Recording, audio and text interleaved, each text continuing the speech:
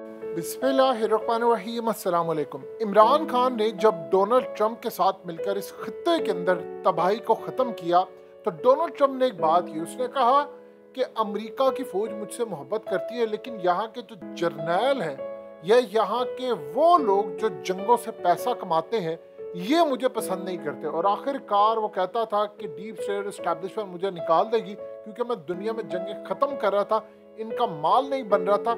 और बाइडेन पर इल्जाम लगाया कि ये जंग प्रो है, ये जब आएगा दुनिया की तबाही होगी। एग्जैक्टली आज पूरी दुनिया, पूरा वर्ल्ड तबाही के दहाने पर खड़ा है। ये सूरत हाल इतनी खतरनाक है कि यूएई के मोहम्मद बिन जायद अब रशिया पहुंच रहे हैं और ये इतना बड़ा कमाल जज्बा है इनका कि वहां पर पहुंच रहे हैं। अमेरिका समेत दुनिया का प्रेशर है, लेकिन वो कमाल तरीके का अपना काम करे। आगे चलकर इस पर बताते हैं वो क्यों पहुंच रहे। फिलहाल जो सूरत हाल पैदा हुई है, पुतिन ने काम ये किया है कि उन्होंने यूक्रेन के कैपिटल में बमबारी इतनी की है, मिसाइल की बरसात कर दी है और इतने मिसाइल मारे हैं कि उन्होंने पूरे का पूरा इंफ्रास्ट्रक्चर उड़ा कर रख दिया। और मिसाइल मार कर उन्होंने पूरी दुनिया के सामने आकर ऐलान किया कि हाँ, मैंने मार दिए हैं मिसाइल। उखाड़ना है जिसने जो उखाड़ ले, मैं मजीद मारूंगा मिसाइल। हुआ यूं है कि असल में क्रीमिया ये असल में वो कंट्री थी जो कि सोवियत यूनियन जब था तो पाकिस्तान ने और अफगानिस्तान ने मिलकर इसको तोड़ा था, तो उसमें से कई ममालिक बन गए थे। लेकिन रूस ने उसके बाद फैसला किया पुतिन ने कि मैंने वो तमाम ममालिक अपने अंदर शामिल करने हैं, तो उन्होंने इसको शामिल किया था 2014 के बाद। लेकिन इस वक्त सूरत हाल ये पैदा हुई कि उसको रूस को मिलाने वाला जो पुल है वो पुरस्रार तरीके से तबाह कर दिया गया। अब रूस ने कहा था और पुतिन ने कहा था एक गोली भी मेरे इलाके में चली तो मैं ईंट से ईंट बजा दूंगा। अब वहां पर कहा गया कि इसको जो तबाह किया था वो असल में समुद्री ड्रोन्स ने किया था। किसी को नहीं पता कैसे हुआ, कैसे ड्रोन्स लगे, क्या हुआ। लेकिन पुतिन ने आज उठते ही उसने कहा कि बमबारी कर दो, और उसके बाद पूरी तरह जो यूक्रेन पर बमबारी हुई है, इसके बाद तीसरी जंग अजीम के आसार आपके सर पर आकर खड़े हुए हैं। ज़ेलेंस्की ने वहां पर कहा है कि आप हमला कर दो। उसने कहा कि न्यूक्लियर हमला कर दो, इससे पहले कि वो करे तुम हमला कर दो। यानी इमेजिन कर ले, नेटो को कहा है कि स्ट्राइक कर दे किसके ऊपर, रशिया के ऊपर। इन केस अगर नेटो ने स्ट्राइक कर दिया रशिया के ऊपर, आप तीसरी जंग अजीम चंद घंटों में शुरू होती हुई देख लेंगे। और इस सूरत हाल के अंदर गालिबन हो भी सकता है कि तीसरी जंग अजीम छिड़ जाए, बल्कि कई तो थिंक टैंक कह रहे हैं कि तीसरी जंग अजीम छिड़ चुकी है। जिस तरह पहले हुई थी वर्ल्ड वार 1 और 2, वो भी इसी तरह थी, छोटे मोटे कॉन्फ्लिक्ट थे, बाद में दो ममालिक की लड़ाई हुई, फिर फैलती पूरी दुनिया के अंदर ये आ गई। इस दफा हालात बहुत ज्यादा खराब है। देखिए मामला ये हुआ है कि ये लोग जानबूझकर एक हमला सिर्फ आपने करना है रूस के अंदर किसी भी तरह का, और उसके बाद आप देखिएगा दुनिया तीसरी जंग अजीम की तरफ बढ़ जाएगी।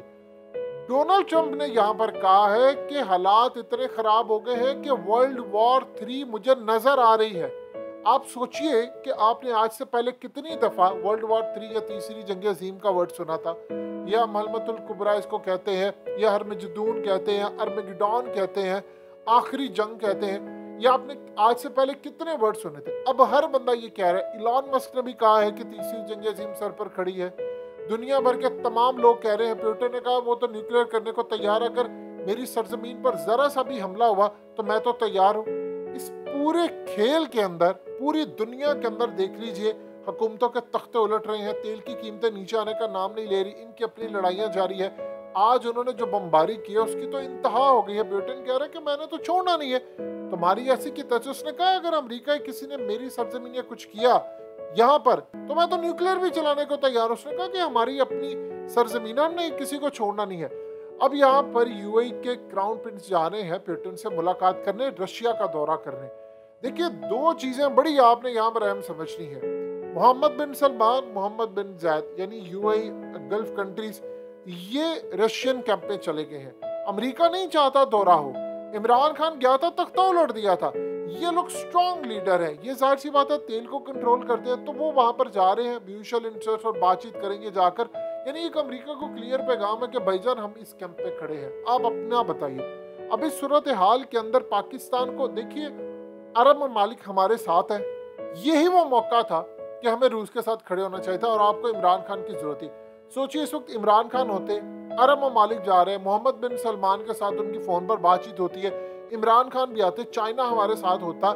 इवन के ईरान के ड्रोन्स के बारे में कहा है कि ईरान के ड्रोन्स जो है वो आज उन्होंने आकर हमला किया, यानी ईरान के ड्रोन्स ने, वो कह रहे हैं कि इस्तेमाल किया किसने, रशिया ने, और जाकर उन्होंने यूक्रेन पर हमला किया। तो ईरान भी उनके साथ, अफगानिस्तान तो ऑलरेडी अमेरिका के खिलाफ है तो वो भी उनके साथ, हम रह जाते, हम भी उनके साथ होते तो हमारे लिए चाइना कितना फायदेमंद होता। लेकिन हमने इमरान खान का तख्ता उलट दिया, हमारे मुल्क का तो सर पैर ही कुछ नहीं है, आप भूल ही जाए हमारे साथ हो क्या रहा। हम तो अमेरिका के आगे सब कुछ बेच बाच के आ चुके हैं। और आप देख लीजिए आपकी कौन इत्तेहादी थी, ईरान आपका हमसाया, वो रूस के साथ, अफगानिस्तान उसके रूस के साथ ताल्लुकात है और उन्होंने तो यहाँ तक कहा हम आपको तस्लीम भी करेंगे, रूस ने इंदिया दे दिया है।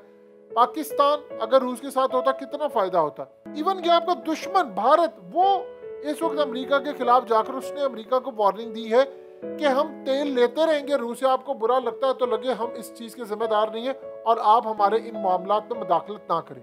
इमेजिन कर लें कि आपके ब्रादर इस्लामिक मुल्क वो किसके साथ खड़े हैं, सऊदी अरब रशिया के साथ, यूएई रशिया के साथ, तो भाई आप कहाँ पर खड़े हैं। उनको पता चल गया कि अमेरिका के साथ खड़े होना तबाही है, तो आप कहाँ पर खड़े हैं। कहते हैं कि अरब ममालिक हमें पैसे नहीं देते, वो देख रहे हैं कि इनकी तो औकात नहीं है, अमेरिका के आगे खड़े हैं, वो रशियन कैंप पे, आप यहाँ पर खड़े हैं, आपकी चाइना मदद करेगा, वो कहेगा ये तो अमेरिकन कैंप पे है। इन्होंने तो इमरान खान का तख्ता खुद उलट दिया अमेरिका के कहने पर, तो इनको तो शर्म नहीं आ रही। उधर से आप देखिए कि पूरी तरह अब रशिया को ये उकसा रहे हैं।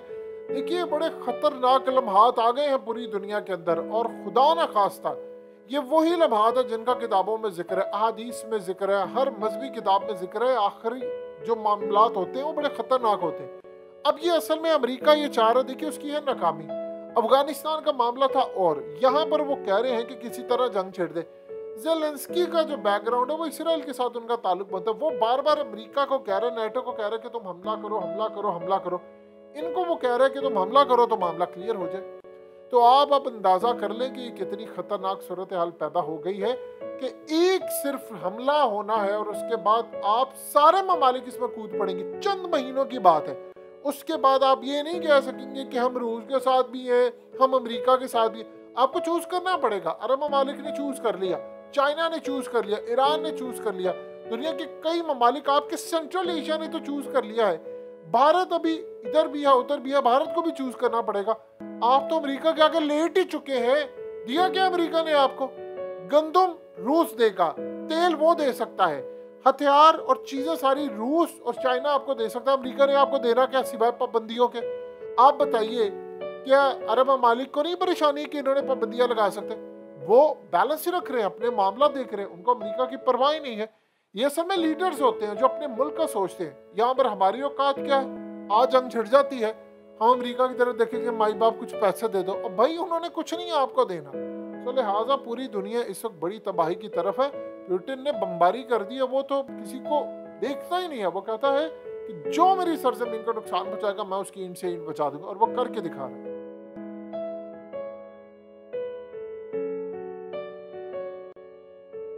हकीकत टीवी को सब्सक्राइब करना मत भूलें, वीडियो को लाइक करें, शेयर करें और कमेंट सेक्शन में अपनी राय का इजहार ज़रूर करें।